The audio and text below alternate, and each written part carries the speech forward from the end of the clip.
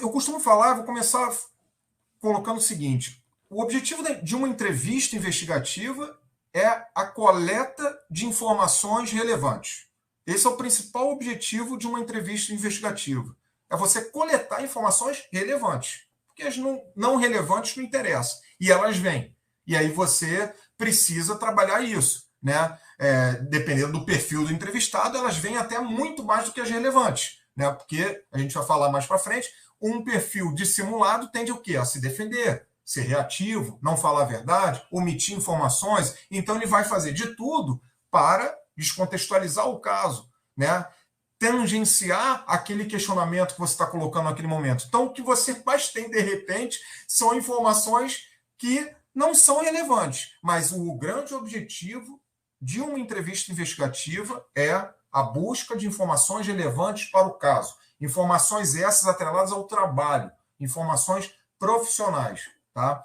Independentemente do caso, esse é o grande objetivo. Agora, claro, temos o objetivo também de identificar, né, separar o joio do trigo, identificar a verdade, né, se aproximar da verdade, que a gente costuma falar, né, Yuri? Então, o grande objetivo é obter as informações relevantes para o caso, independentemente se é um caso de fraude, de conflito de interesse, de assédio, você vai em busca das informações relevantes para você, né, poder chegar numa conclusão no final.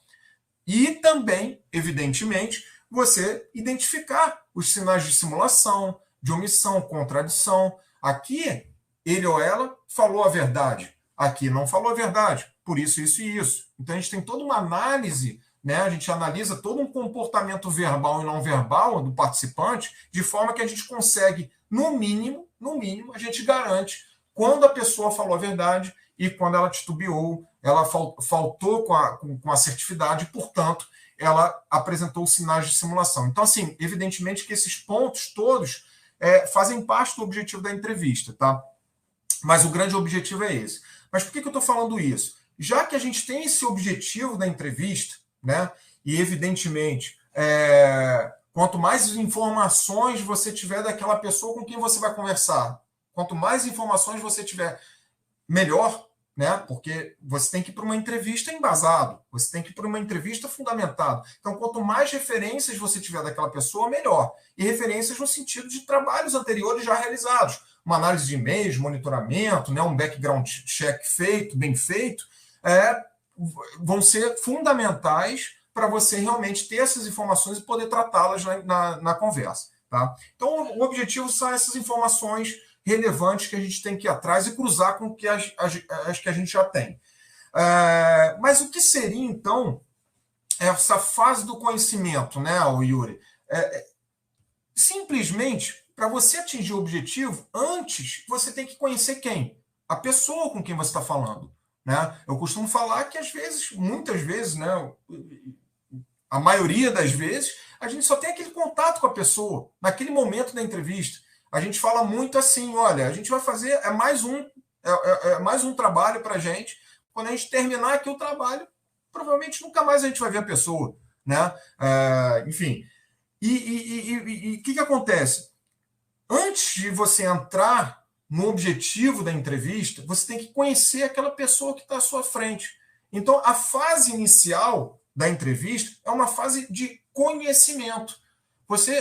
E aí um ponto está ligado ao outro, né? Enfim, as questões estão todas interligadas aí, são outros pontos que a gente vai debater mais à frente, mas a gente tem toda uma logística que a gente tem que ter a preocupação com a logística, né? A gente tem que saber se aquela pessoa está realmente num ambiente confortável, reservado, individual, né? A gente faz toda uma apresentação de início, mostrando quem somos, né?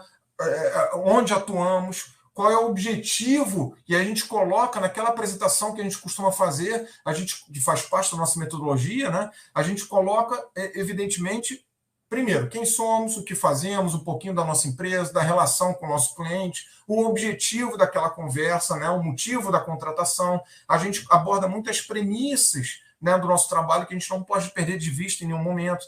Então, premissas da transparência, da confidencialidade e da espontaneidade. Então, a gente tem toda uma apresentação para aí sim a gente começar a entrevista. E começando a entrevista, a gente tem que deixar aberto. A nossa primeira pergunta é uma pergunta inicial e aberta. Me fale sobre você. Porque eu tenho que conhecer quem é aquela pessoa que vai me trazer informações. E ela, muitas vezes, ela começa a fala abordando histórico dela de vida pessoal, profissional, como ela ingressou na companhia, quem a convidou, se ela participou do processo seletivo, quanto tempo ela tem de casa, se ela está satisfeita, né, como é que é o organograma, como é que é o relacionamento dela na companhia, enfim. Eu tenho que conhecer melhor aquela pessoa antes de entrar exatamente no ponto central, antes de entrar no tema central. Então, independentemente da natureza do processo investigativo, se é um caso de fraude, de conflito de interesses, vazamento de informações, favorecimento ao fornecedor, assédio moral, sexual, não importa. Você tem que conhecer primeiro aquela pessoa com quem você está conversando, seja presencial ou online, para realmente depois você, mediante um roteiro previamente preparado, você, evidentemente, abordar questões cruciais, questões objetivas para aquele caso que você está investigando.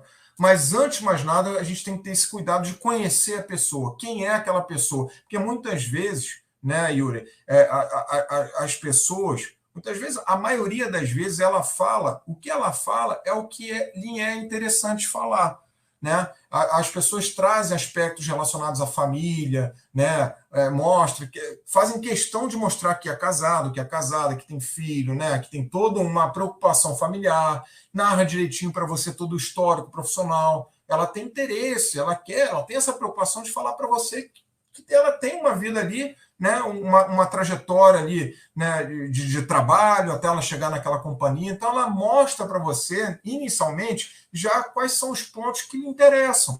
E isso é muito bom. Né? Quantas vezes a gente pega conversas, entrevistas, que a pessoa não traz uma linha do tempo razoável, não traz uma ordem cronológica das questões, e a gente tem que intervir em muitos momentos para a gente entender primeiro quem é aquela pessoa, de onde veio, né? Como aceitou aquele convite, se participou do processo seletivo, se foi convidado por alguém que é tido como suspeito naquele nosso caso. Então, assim, N fatores a gente consegue entender lá no começo da entrevista. Mas antes, a gente precisa entender quem é ela. Então, independentemente da natureza da demanda, é fundamental, até por uma questão de respeito, né? Eu acho que respeito é o princípio para qualquer tipo de relacionamento.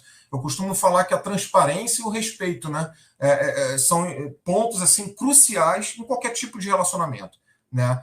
Independentemente do perfil, né, daquele participante, se aquele participante tem culpa no cartório, expressão que eu costumo usar, eu gosto muito, se tem culpa no cartório ou não, não importa, você tem que sempre tratar com transparência e respeito. E esse respeito, né, o participante observa desde lá no início, quando você está o conhecendo e ele também está te conhecendo. Porque ao mesmo tempo que é importante você conhecer com quem você está falando, ele, lá no início, ele está te conhecendo. Ele está conhecendo como você conduz a reunião, se você tem respeito por ele ou não, se você está seguro no caso ou não, se você está sendo transparente no caso. Isso tudo vai impactar e vão ser fatores assim essenciais para o sucesso do caso.